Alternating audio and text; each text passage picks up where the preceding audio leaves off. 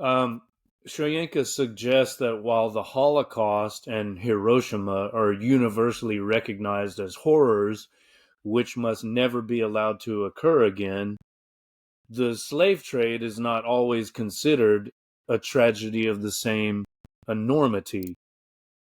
And there seems to be no other explanation for this moral inconsistency than racism.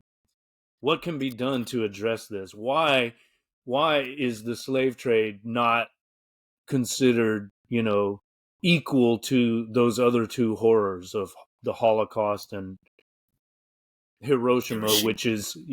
which is Yeah, a signifier for the atomic bombs you're right. that were You're dropped on right. Japan. You're right. We have the VIPs of tragedy, Holocaust Yeah. and Hiroshima.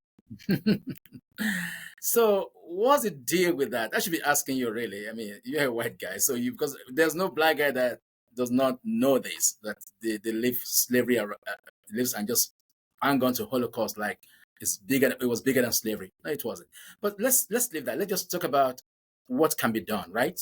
Hmm. Okay. So well, education. We don't talk about them enough. Education is important. We need to teach the full story, not just the one that makes us feel comfortable. You know what I'm saying?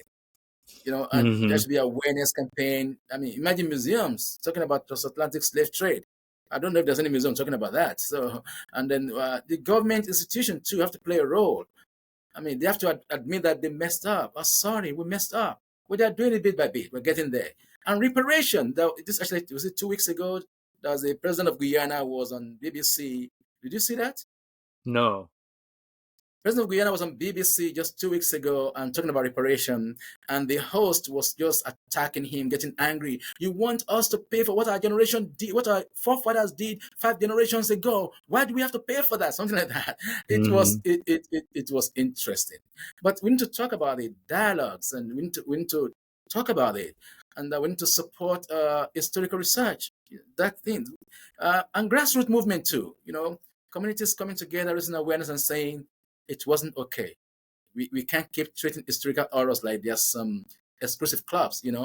We have to treat them, we have to talk about all of them.